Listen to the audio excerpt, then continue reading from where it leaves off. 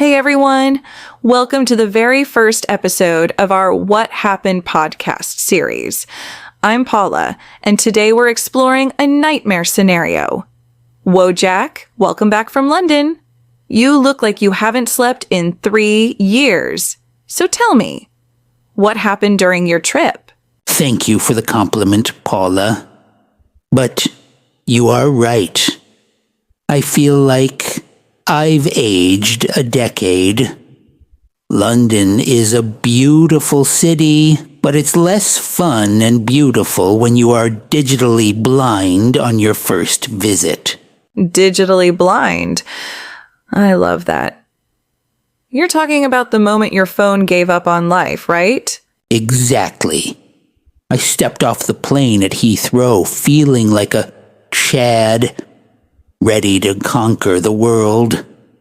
I pulled out my phone to check my hotel booking, and there it was, the red icon, 1%. Then silence. It died. Listeners, this is our first lesson. Wojak just said his phone died. We use the past tense of die because it's a completed action in the past.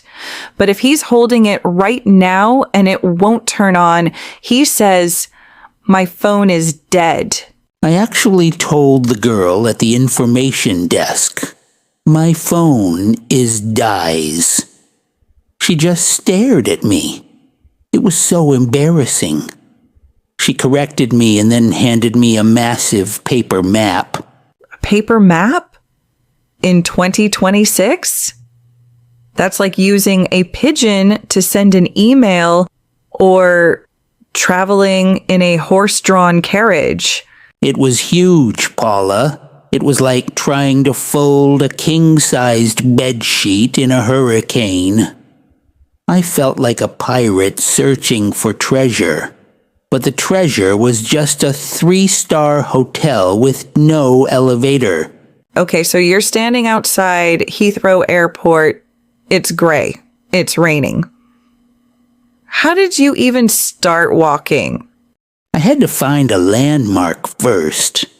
I stopped a guy who looked like he worked in finance. Very busy. Very British. I asked for the way to King's Cross in the city center. He told me, go straight ahead, walk past the big clock, and turn left at the pub. Let's stop there. Go straight ahead. Sometimes people say, go straightly, but that's wrong. It's always go straight and walk past. So Wojak, tell me, did you stop at the clock? No, and that's the trick. Go past means the building is just a reference point. You see it, you pass it, you keep moving. If he said go to the clock, I would have stopped there. Brilliant. And then you encountered a roadman, didn't you? Yeah, this bro. He was actually quite helpful once I understood him. He told me to take the second exit at the roundabout. Roundabouts. The nightmare of every foreigner. Listeners, a roundabout is that circular intersection. You don't just turn left or turn right like you do at a typical intersection, but you need to count the streets branching off it. Exit 1, exit 2, exit 3 to keep going in the right direction. I almost took the third exit and ended up in a different city. My suitcase wheel snapped right then, too. So I had to drag my suitcase over the pavement. It'd make a terrible sound. I was basically a human tragedy walking down the street. And as this was not enough punishment already, it was still raining really hard. Oh no, I really don't envy you. So you're dripping wet, dragging a broken suitcase, and your map is turning into mush because of the rain. How did you manage to find the actual building after all? Yeah, after nearly being hit by a London bus, I met a very kind grandma walking a pug. I nearly stepped on the poor thing as her pug was so small. At first, she was very angry. But did she help you at all? Yes, she did. She saw me struggling and cooled down, and then she said, "Don't worry, dear, the hotel is opposite the station." She was really so nice and helpful. Opposite. This is so important, Wojak. It doesn't just mean near. If one building is opposite another building, they are exactly facing each other across the street, right? Exactly. And she said it was between the pharmacy and the betting shop. That's a great sandwich phrase. Between one building and another building. It gives you boundaries. So you can't miss it. But what about on the corner? You mentioned that earlier as well. Right. She said, "It's on the corner." In my head, I was looking for a sign that said corner.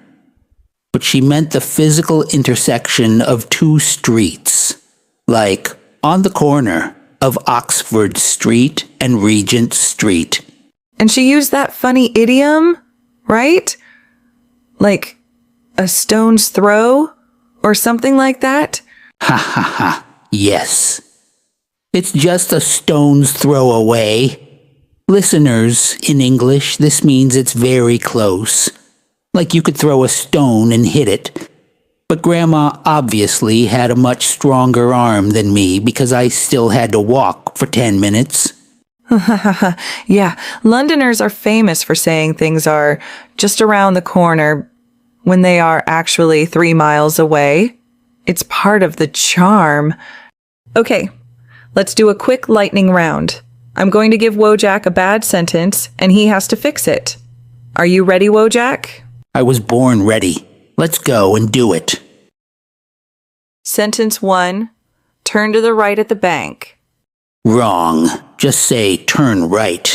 We don't need to the for directions. Sentence 2. The hotel is across the station. Woohoo. Tricky. It should be across from or just opposite the station. Correct? Okay, listeners, now it's your turn.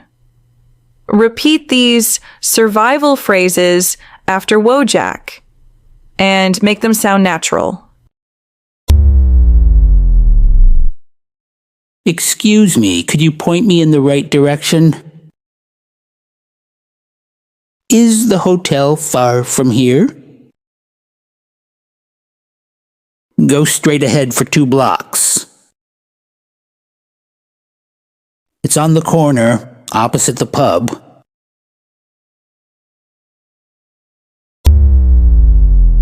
So the big reveal, did you manage to find your hotel? You saw the sign, right? It was a neon sign, but the H and the E were broken.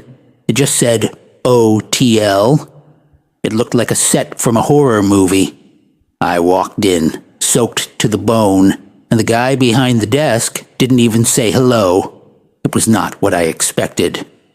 I also asked for a charger, and the guy asked for £10 for half an hour. Can you believe this, Paula? That's expensive. Welcome to London, Wojak. You survived, and you learned how to navigate like a pro. Next time, I'm bringing 3 power banks. My legs can't handle another paper map pilgrimage, not in London or anywhere else. Thanks for joining us for episode 1 of the What Happened podcast. Next time, we're going inside the hotel to learn how to complain about a broken shower and plenty of other damaged amenities. Right, Wojak? I can't wait. It was bad. So bad. It's terrible just thinking about it.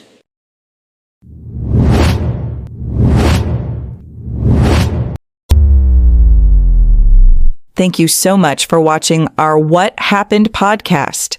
Please like this video and subscribe to our channel if you want to know what's happening next. Wojak, do you have any last words?